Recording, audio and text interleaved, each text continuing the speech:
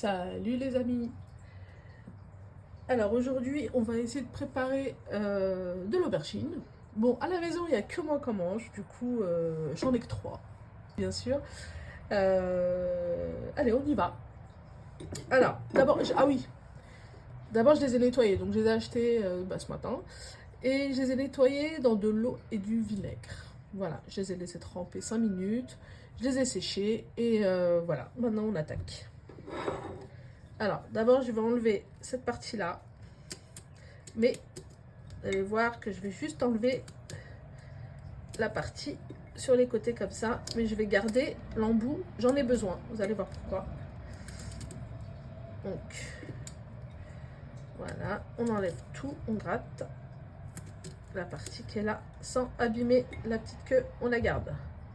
C'est ce qui va permettre de maintenir l'aubergine entière. Parce que j'ai besoin de la cuire entière. Vous pouvez prendre des plus petites aubergines. Moi, c'est les plus petites que j'ai trouvées. Mais il y a mieux.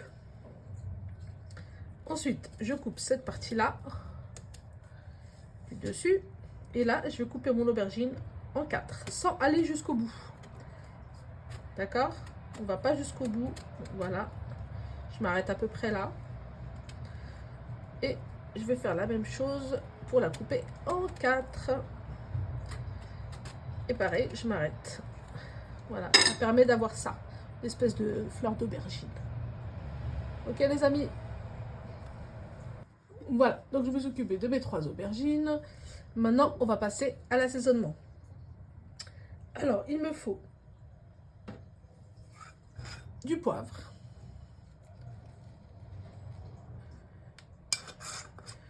un quart de cuillère, de la coriandre moulue, une demi-cuillère à café,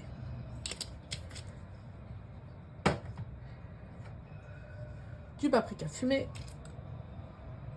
une bonne cuillère à café bien pleine, hop, du sel bien évidemment,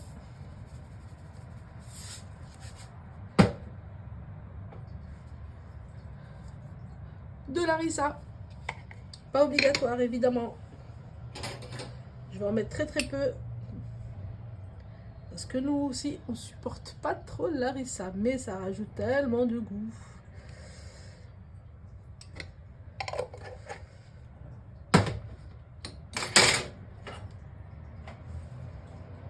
De l'ail fumé. Ça, j'ai pas encore donné la recette. Je vais le faire bientôt, promis. De toute façon, j'en ai presque plus. Donc, je vais être un peu obligée.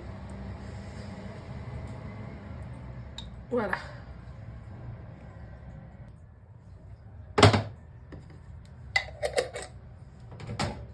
Du thym.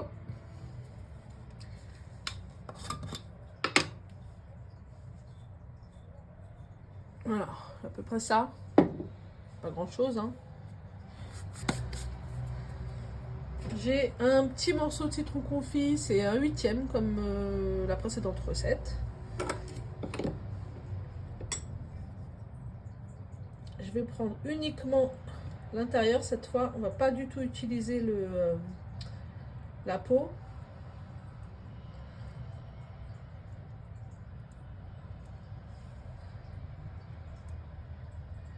Voilà.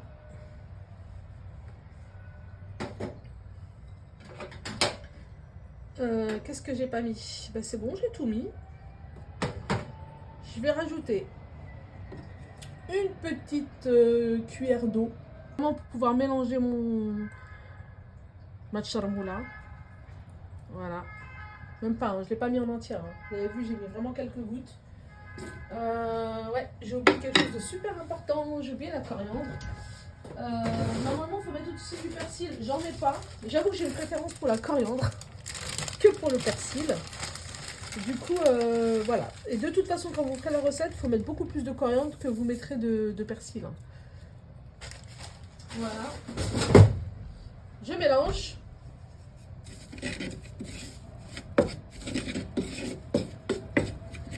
Vous avez vu le petit peu d'eau que j'ai mis, c'est juste pour pouvoir assembler en fait toutes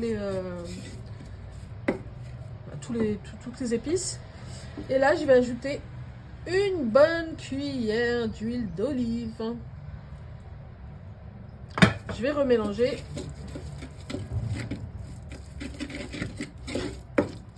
Et là, attention, je vais utiliser mes mains, je vous préviens. J'adore ça. Je préfère utiliser mes mains. Pour ça, bon, après, vous pouvez le faire à la cuillère. Hein. Mais j'avoue que moi, je préfère les mains. Et voilà. Donc, je prends mon aubergine, donc qui est bien ouverte. Et je vais introduire la sauce à l'intérieur. Je vais en mettre 2 partout. Il faut sur les côtés, l'intérieur, l'extérieur aussi. Hein. Voilà. Je prends la deuxième. Je vais lui faire la même chose.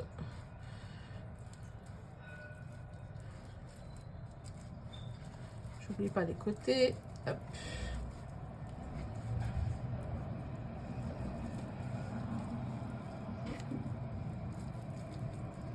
J'en mets un petit peu.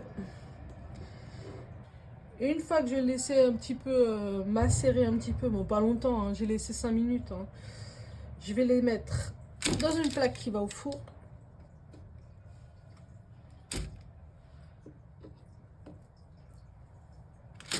Voilà. Là, on gâche rien. Je récupère. Enfin,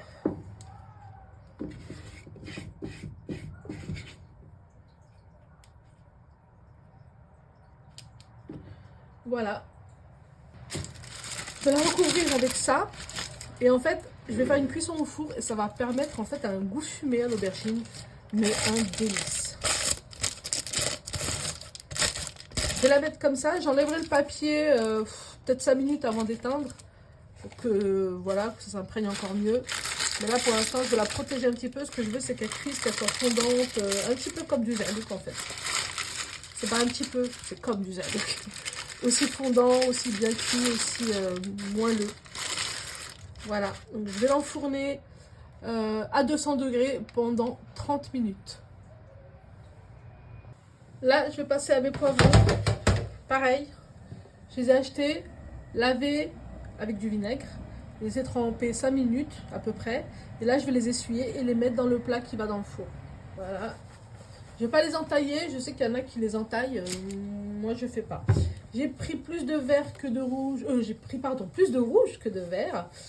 Parce qu'on sait que les rouges, ben, c'est plus sucré. Hein. Voilà, je les ai trouvées. C'était petites, mignonnes. Alors là, j'assaisonne pas du tout. Ce que je veux, c'est juste avoir le goût fumé. Je vais l'avoir en mettant ça au four. Comme l'aubergine, à 200 degrés pendant 30 minutes à peu près. Je vais les retourner si je vois que ça grille plus d'un côté que de l'autre, mais normalement... Alors ça, je l'ai laissé volontairement dépasser un petit peu, parce que ça lâche du jus. Pourtant, je ne fais pas d'entaille. Donc aucune épice, hein. Ça va comme ça. Les épices, c'est après. S'il doit y en avoir. Sinon, vous pouvez laisser comme ça, hein, juste salé, poivré. Enfin, vous verrez la suite.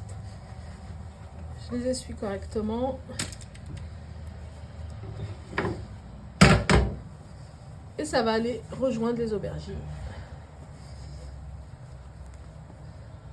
Voilà. Mes aubergines sont prêtes, je les ai recouvertes. Elles sont bien cuites. Hein. On va vérifier. Voilà. Le couteau rentre bien dedans. Et je vais les mettre dans mon Tupperware. Je vais finir de les couper. Ça va être plus simple pour mettre dans mon Tupperware. Hop.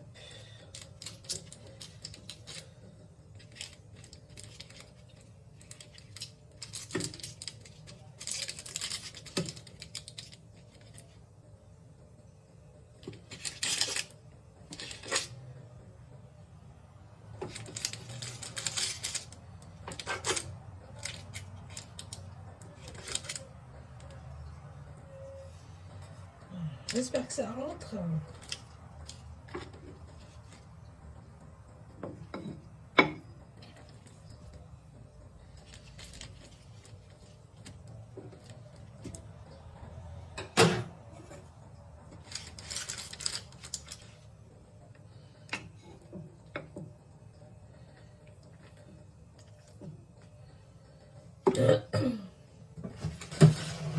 Je vais ajouter de l'huile d'olive.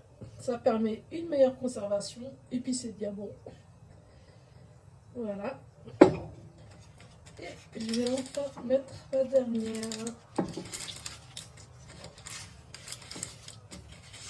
Wouhou.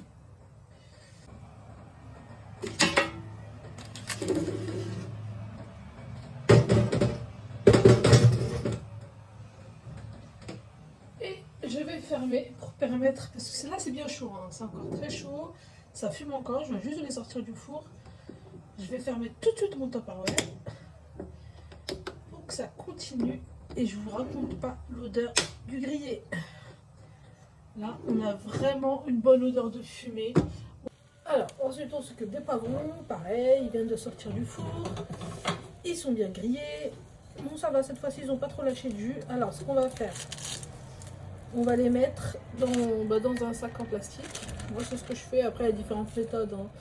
Le principal c'est que on puisse refermer et ça va permettre de retirer la peau en fait. Là on a le goût fumé qu'on voulait. Ce qu'on veut maintenant c'est retirer la peau facilement, donc on va le mettre dans le sac en plastique et ensuite on va refermer ce sac en plastique. Voilà, je mets tous mes poivrons. Hop.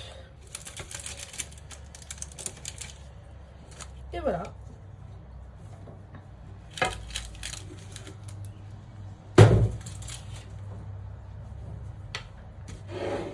Hop. Et on referme. J'essaie d'enlever un peu l'air.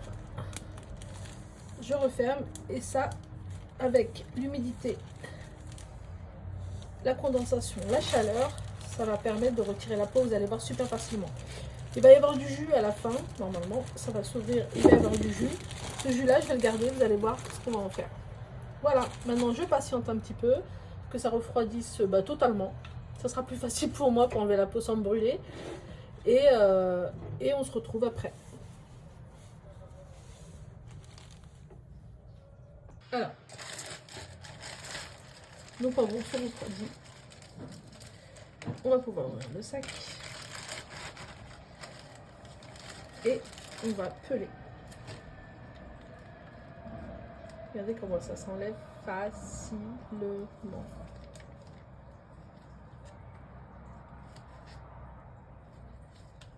Super facile. J'attends que ça refroidisse, ça me permet de prendre le poivron en pleine main, sinon c'était pas possible. Hop, faut pas être pressé. De toute façon, faut bien cuisiner, faut pas être pressé. Ça se prépare quand vous avez du temps, le week-end, pendant les vacances, en cas d'insomnie, pourquoi pas. Quand on a le temps. Et ça se conserve super longtemps. Je vais vous montrer comment on va sceller les peaux pour pouvoir garder ça longtemps. Alors j'ouvre, je vais retirer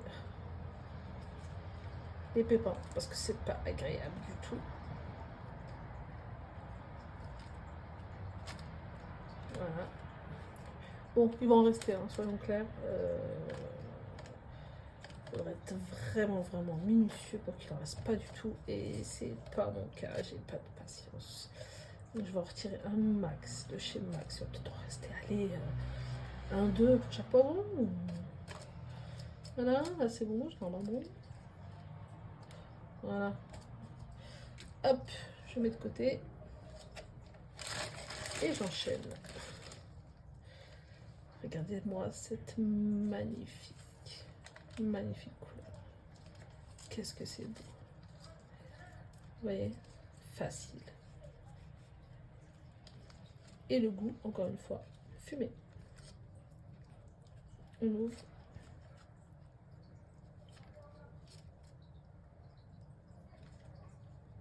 On vide.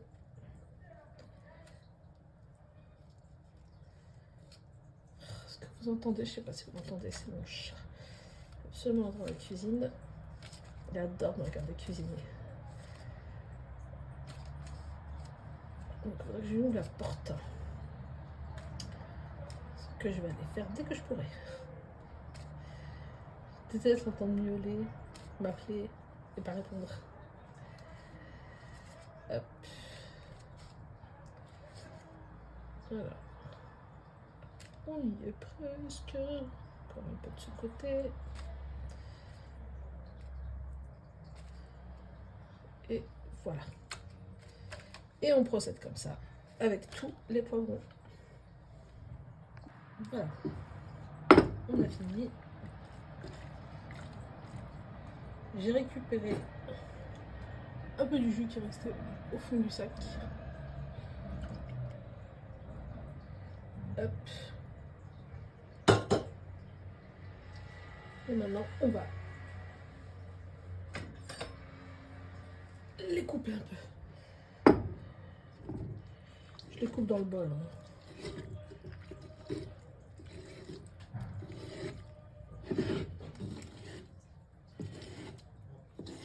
Pas des petits morceaux, ce qu'on veut, c'est juste que ça soit un peu plus petit.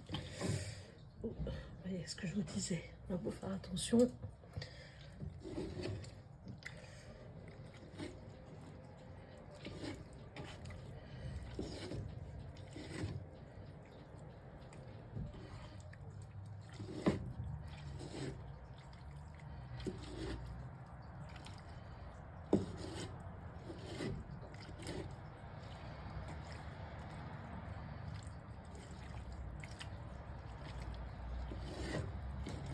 Voilà.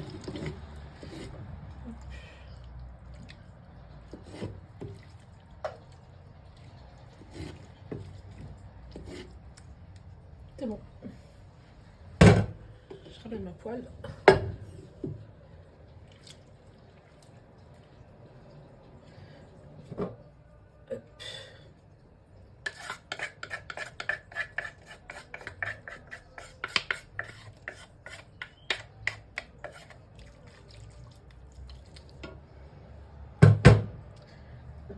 On va rajouter une bonne cuillère à soupe d'huile d'olive. On va rajouter persil et coriandre.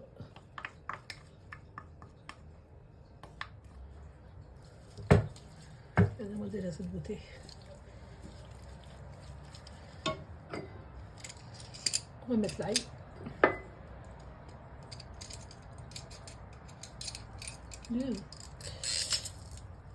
Hop. Ouh. Elle était grosse celle-là. Celle-là, ça devrait être plus facile. Hop.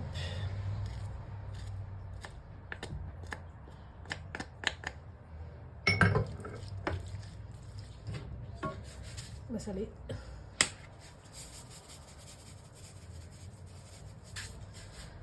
On va poivrer.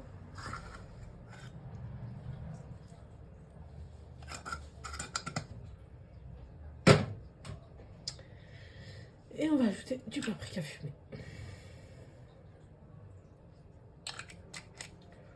On va mettre tout ça sur le feu. Ça va revenir, allez, 5-10 minutes et ça sera prêt. On y va. Voilà. On va faire venir à peu près 5 minutes. Donc l'ail surtout cuit parce que le poivron lui-même il est quasi cuit hein, quand il sort du four. S'il lui manquait un peu de cuisson, le fait de rester stagnant comme ça dans la poche en plastique où on l'a laissé largement terminer la cuisson. Voilà, moi, ce que je voulais, c'est pas rencontrer l'ail cuit. Je ne le rencontrerai pas. Elle est maintenant. On éteint et on met dans les pots. Voilà, nos pots sont prêts. C'est encore chaud. Hein. Je ne vais pas laisser refroidir. Ce que je veux, c'est que ça reste chaud.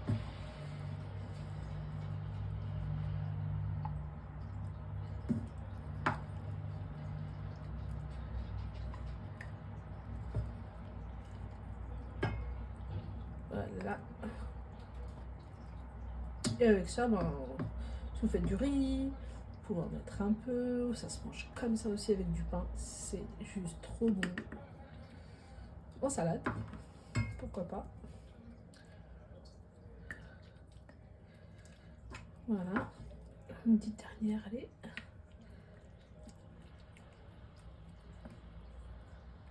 J'enlève celle-là. Parce qu'en fait, je vais avoir besoin de place au-dessus. Voilà, je mets ce qui reste dans ce petit pot-là. Bon, là, je vois des grains. Je sais pas si c'est... Non, il doit y avoir des deux. Hein. Je disais, je sais pas si c'est l'ail ou si c'est...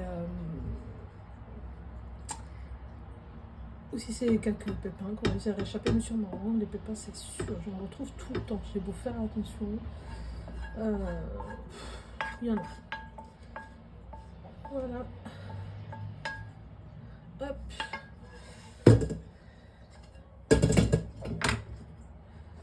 Alors, ce qu'on va faire,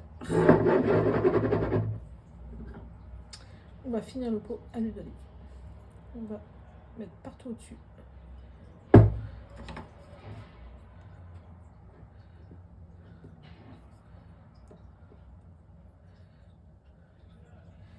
Et pareil pour le petit. On va mettre plus pour le petit. Voilà, voilà.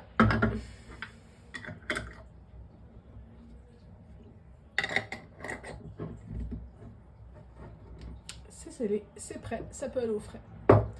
Si je veux le garder plus longtemps, je vais lui mettre la tête en bas dans une casserole de bouillante.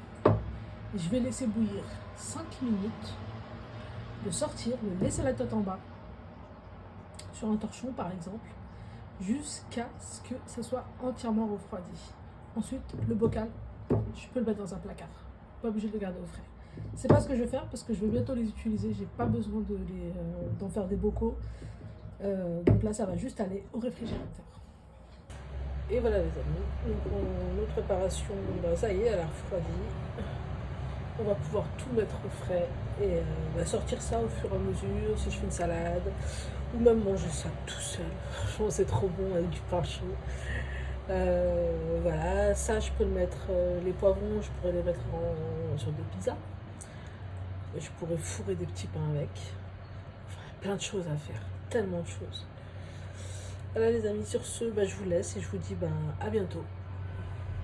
Ciao.